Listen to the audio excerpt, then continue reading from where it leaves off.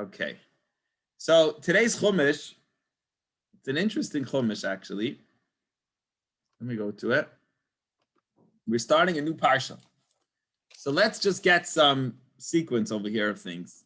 So let's just recap. I think it's always cool to see the flow of the Torah. So we ended Chumash Shemais, we ended the second book of the Torah, Exodus, discussing the building of the tabernacle, right? Golden calf.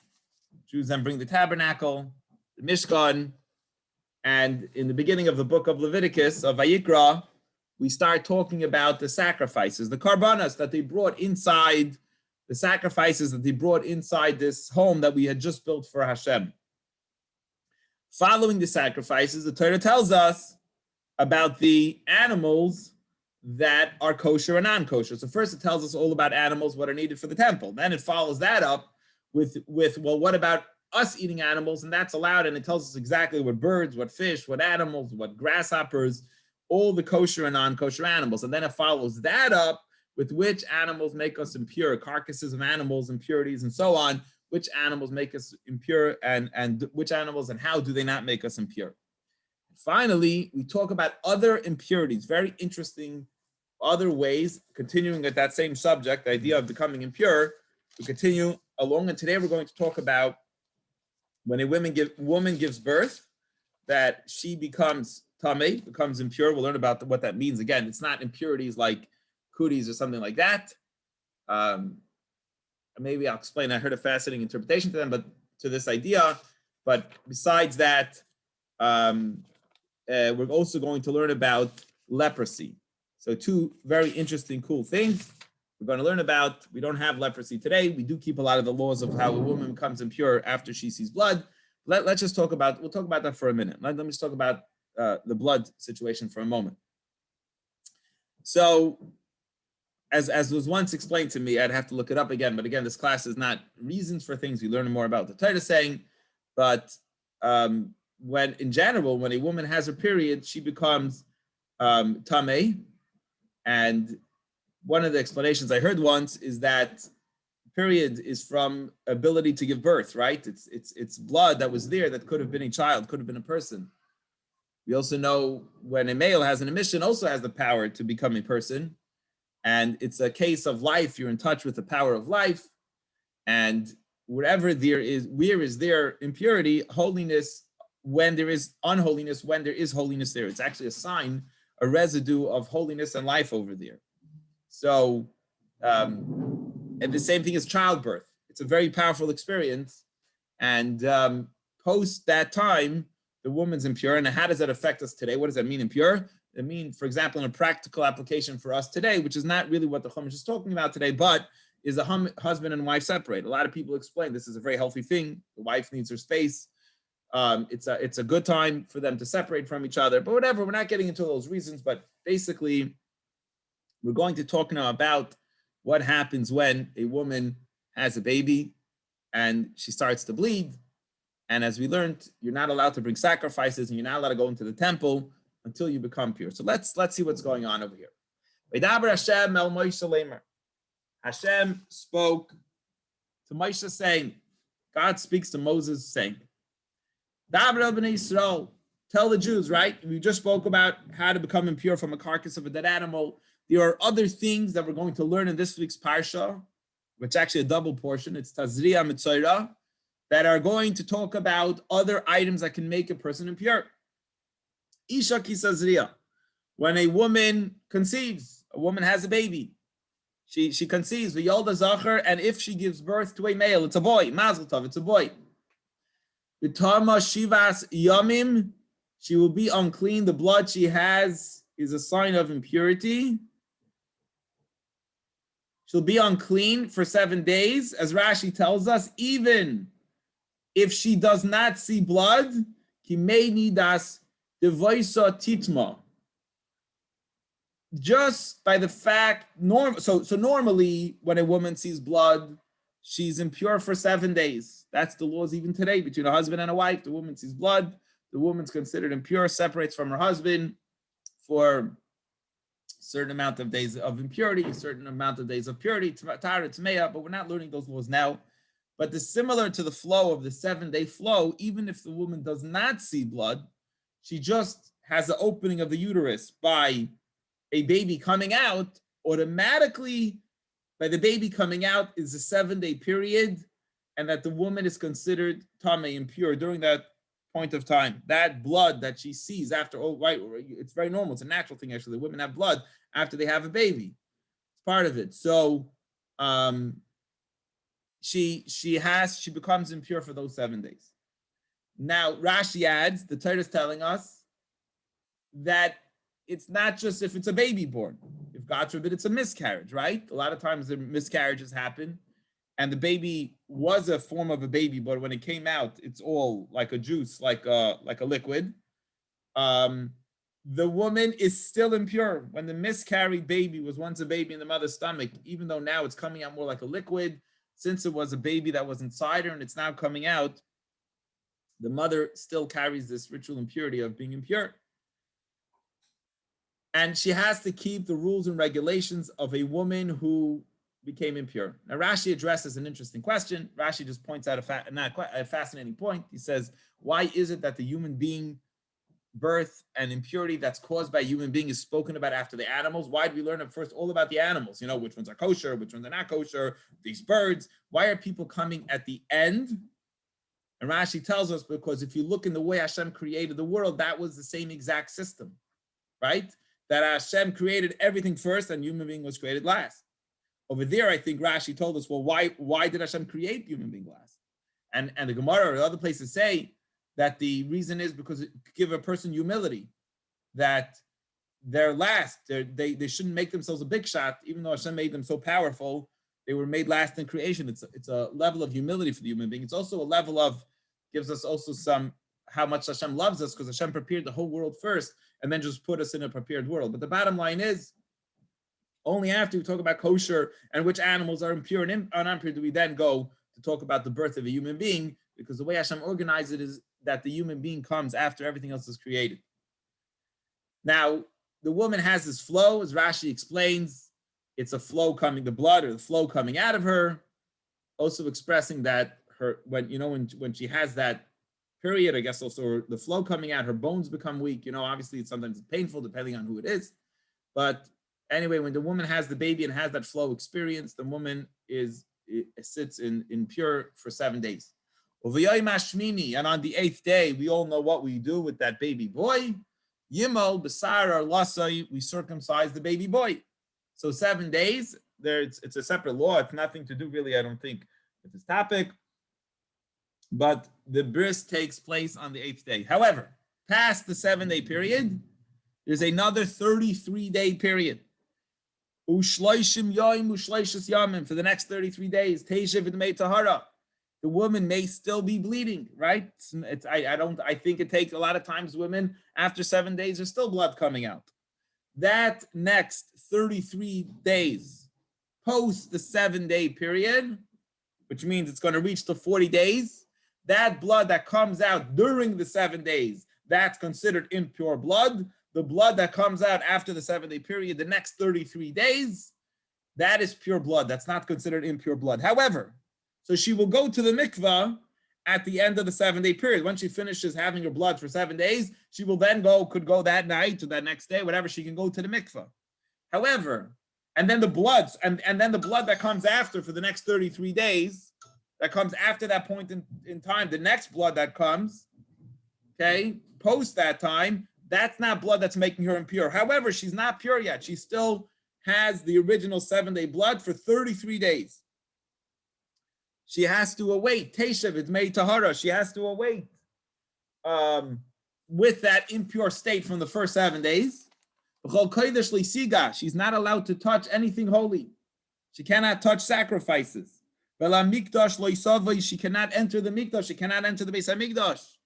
Ad melois yemei tahara, until her days of purity have been complete. So although the new blood is not considered impure blood and doesn't make her in a state of impurity, only the original blood from the first 7 days after having a baby, nevertheless, that impurity, and she went to the mikvah after the 7 days, she still needs to wait another 33 days for having a male, and only after that 33-day period does she become pure again, and is she able to eat the sacrifices if her husband's a kohen or something with the family, maybe the Pesach sacrifice, and eat the truma if she's a kohen, she's eating together with her husband the kohen, or going in, maybe she wants to go into the Beis Hamikdash, right? All that kind of stuff. Is she has to wait the 33 days. Okay, let's continue. But what happens if she gave birth, mazel tov, it's a girl, it's not a boy, she ended up giving birth to a girl, and then the rules double. She now is impure, that blood of the child, the afterbirth of the child, it's a 2-week period. 2 weeks, 14 days. And then the extension of her impurity lasts for a whole 66 days following that experience. She should sit, the blood she has from there on is pure. However, she doesn't become fully pure till the end of that time of her 66, 2 weeks plus 66 days. So for a boy, it's a total of 40 days till she could go to the Beis Hamikdash. For a girl, it's a total of 80 days. Maybe it was last year, or I don't remember. Someone asked me why a girl is double than a boy. And the reason I heard once is because the girl herself has babies. She herself has that blood, and therefore it's extended, it's stronger, and therefore it's extended for a more powerful, for a longer period of time. And after the woman has birth and the days of purity fill up, meaning the blood for the next 66 days or 33 days for a boy, it fills that at the point in time. The vena levas for a boy or a girl, tavi keves, the woman then brings a sacrifice, right? Of course, she brings 2 sacrifices, actually, not just one. One sacrifice she brings is keves ben shnasi la'ila, a young sheep within the first year as a burnt offering, like a thanks offering, gift to Hashem. She had a miracle, she had a birth, thank you Hashem. And then she also brings a sin offering, El Pesach El Moed El HaKoyen, to the Beis Hamikdash. So she brings a pigeon, a young dove or an older dove, not a young dove or an older dove, as a sin offering to Hashem. Famous commentary on this is, why does a woman bring a sin offering after having a baby? I don't know if this was a joke or somewhere I heard it's serious. Is that sometimes when a person has a baby, they say, I promise I'm never having a child again. I swear I'm never having another child again. And then, shortly after, when they see the beautiful baby, they change their mind. So the sin offering comes as if the woman made any commitment ever to have a child again. That comes sort of, if I remember correctly, that I don't know if it was a joke or it was serious. I remember hearing that idea behind it. Verse 7. So now she's out of the woods, meaning she's allowed to come to the temple the post 40 days or the post 80 days. She goes to the temple, brings her sacrifices, and the kohen brings it in front of Hashem. The kohen brings it as forgiveness for her, and she's pure from the source of her blood. This is the Torah for the woman who gave birth, for a male or female. That is the structure of the system, the mitzvahs to do with a woman having a baby. She has to, at least as Rashi says, bring the sin offering. Once she brings the sin offering, even if she didn't bring the burnt offering yet, she's, I believe, allowed to eat the sacrifices by bringing at least one of those 2 sacrifices. The sin offering one allows her to start becoming pure again and eating the sacrifices. Okay, then that's it. I'm sorry. What about if it's a poor woman and she can't afford a sheep? They said she can't afford a sheep. So as we learned in the parsha a few weeks ago, there is an option for a poorer person to bring a bird. You bring either 2 young doves or 2 older doves. One for a burnt offering, one for a sin offering. And the kohen will forgive for her. And the animal, you could use a bird instead of an animal if it's more cost effective. The person can't afford the other option, they could bring a bird instead of a sheep. And that is the end of the mitzvahs and the laws of a woman having a baby in the Torah. Continuing right along, we're now going to learn about leprosy.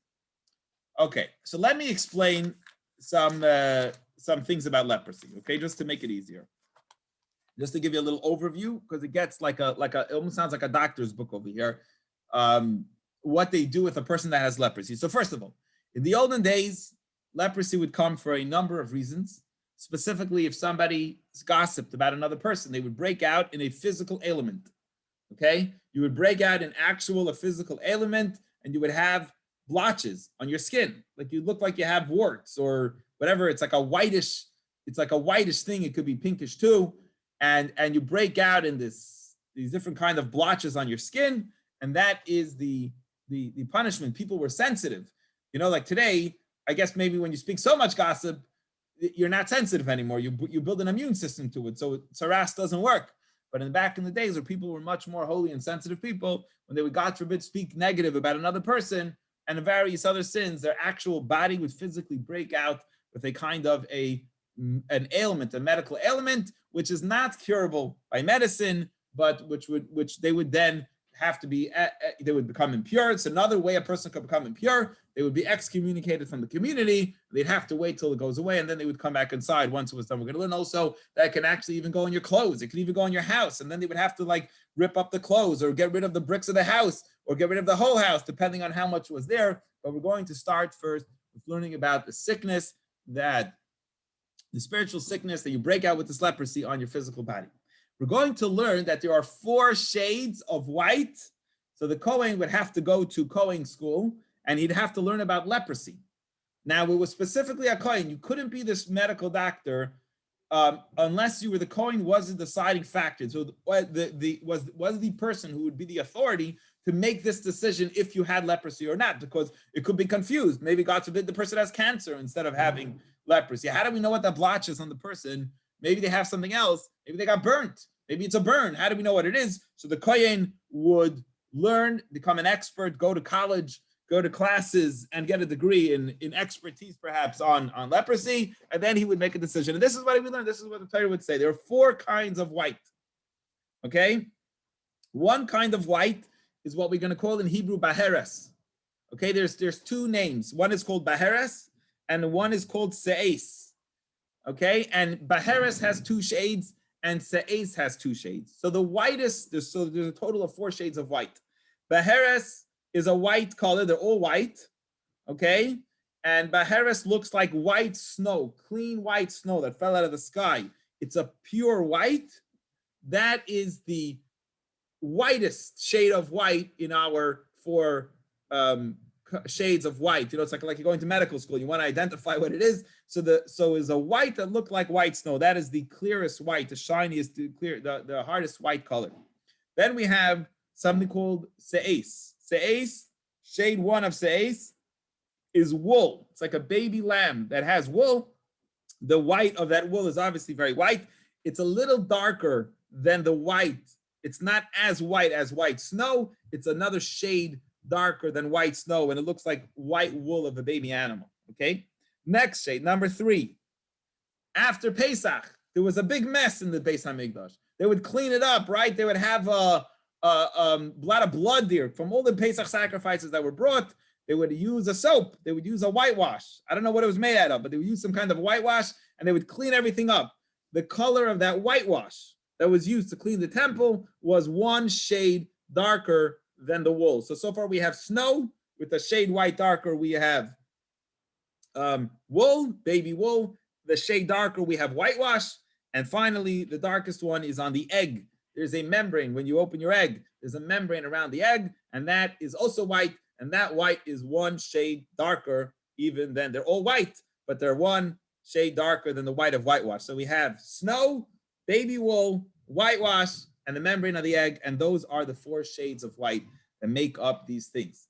Now, there are only 2 names. They're called Baheres and Se'es, but there's Baheres shade 1, Baheres shade 2. Shade 1 of Baheres is snow. Shade 2 of Baheres is the 3rd level, is the whitewash, and Se'es shade 1 is young wool, and shade 2 is the membrane of an egg. So there's 2 names, and each of there's shade 1 of each name and shade. So Baheres is the top whitest level snow, and also the 3rd level, which is whitewash, and Se'es is the 2nd level of white, which is wool, baby wool, and then also the 4th level of white, which is the membrane of the shell. Okay, so that is a little bit about the different colors that we have. I just realized I never stopped the recording.